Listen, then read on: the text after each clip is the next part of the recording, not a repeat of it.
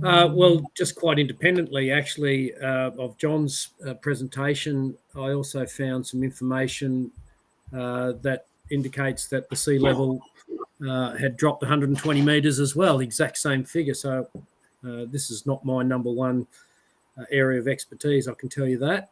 So it's a fairly brief presentation and mostly just relating to Tasmania. We did mention a little bit last week how the Aboriginals are well known to have walked to Tasmania, and for the same reasons that John's described, with the sea levels dropping, they could simply walk. And there was an interesting paper that I came across by Nunn and Reed that talked about this, and it indicates how past research has been done by coring off the continental shelf to determine where the sea levels actually were. But there's other ways they can figure this out as well, and that's actually from Aboriginal stories. So most of you will understand that the Aboriginals had no written records, but they had oral traditions, and these researchers looked into those, and obviously you can't trust most oral traditions because of the chance of Chinese whisper type things, especially over long periods of time. But these researchers thought that the fact that there's 16 different Aboriginal stories of sea rise in Australia after the sort of end of the Ice Age, that was room for sort of trusting them somewhat. But they suggested that these stories are at least 7,000 years old and may have been preserved for these several hundred generations. And they found that almost impossible to believe, although they did believe it. Clearly, from a biblical point of view, we wouldn't hold that was that long. And in fact, other science has suggested that through genetic measurements of the rate of genetic mutations in the Aboriginal population, they've estimated maybe 40 generations since they've been here, and that would add up to about 4,000 years, and that ties in beautifully with the biblical timeframes. Just as an aside, I don't know if this is a historical fact or not, but Tasmania apparently holds the record for the longest isolation known in human history. As I was looking at this, I also discovered that the Eskimos, when they were discovered in Greenland by Europeans, had thought that they were the only people alive on the earth at that time. But anyway, the Aboriginals were very isolated right down on the southern end of Australia. But it was estimated that there were only 5,000 individuals at the time of the first European contact in the 1600s by Abel Tasman, the Dutchman, that sailed around and after whom Tasmania is named. But that's an incredibly low number, especially given that they believe the Aboriginals have been here for 35,000 years. So what would possibly be, I'll just go back to that, what would possibly be the cause for that? Well, the low number is well understood. Even when I was working in the government department some years ago, some of the scientific specialists there would raise this. It's well known. Why were there so few Aboriginals in Tasmania when Europeans made it here? One of the interesting theories was that they ate the berry of a mountain currant, a heath species, and it's believed that that has contraceptive qualities. Whether that's true or not, I don't know. But I think from the biblical understanding of time frames, and the Ice Age was really only probably a few hundred years after the flood. By the time the Aboriginals made it to Australia, and it's believed that they probably did get here in boats, maybe walked down through Indonesia and Papua New Guinea into the mainland, there wouldn't have been massive numbers of Aboriginals on the Australian continent, and certainly reaching down to Tasmania by the time the land bridge to Tasmania was still intact. And so my guess at it, I guess, would be to say that they only had a few individuals that came across it at that time. Wouldn't have been huge numbers, and the time frames are much shorter. So they didn't have time to breed large numbers. Maybe harsh climates and other things caused issues as well in that time. But it seems a little bit more understandable within a biblical time frame than the vast periods that they're talking about in secular understandings. But how did they survive the Ice Age? As John was suggesting for Alaska and Siberia, the lowland areas around Tasmania certainly weren't ice covered.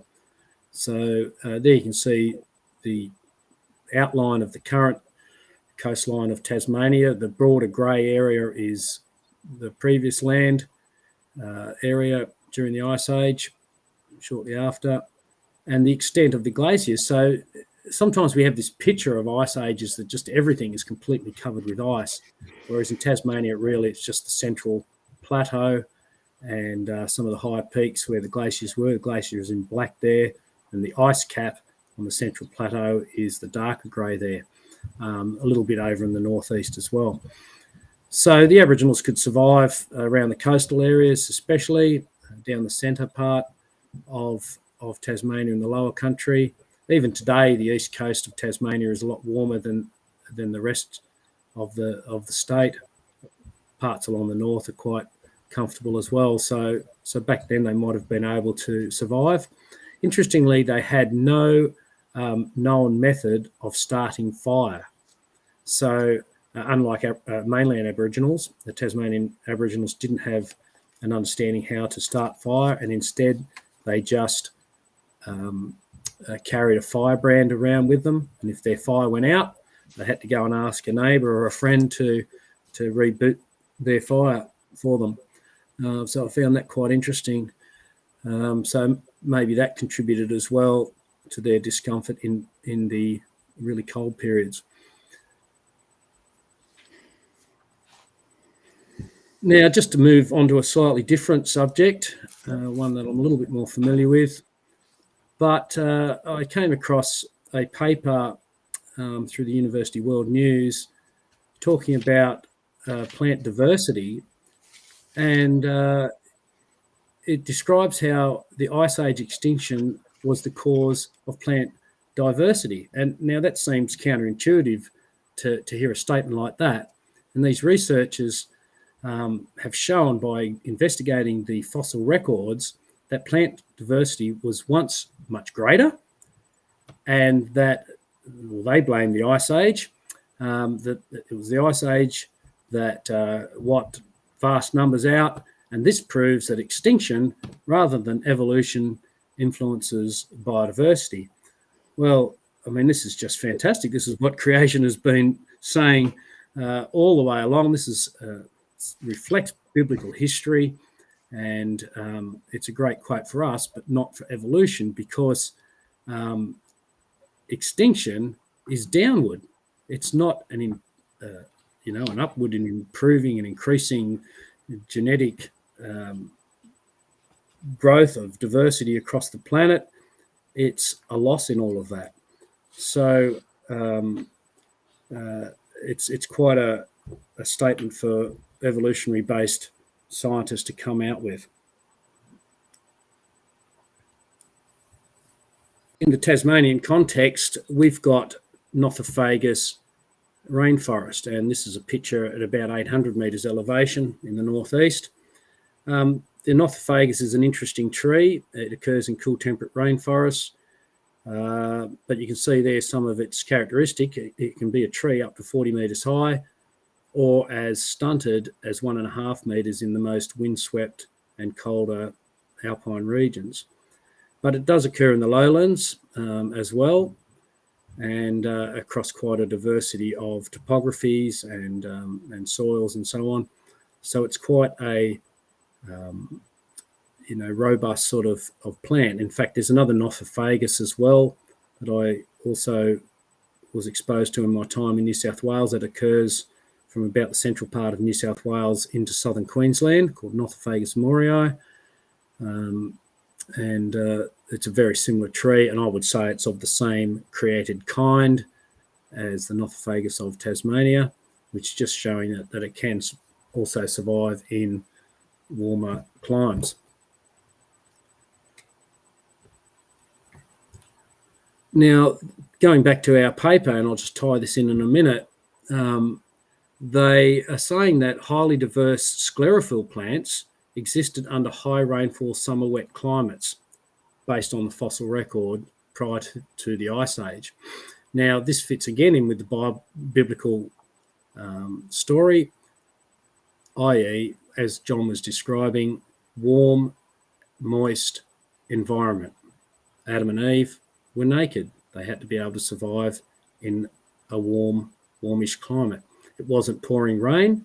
We're told in Genesis chapter 2 that the ground was regularly watered from beneath, and this research that these people have come up with seems to support that.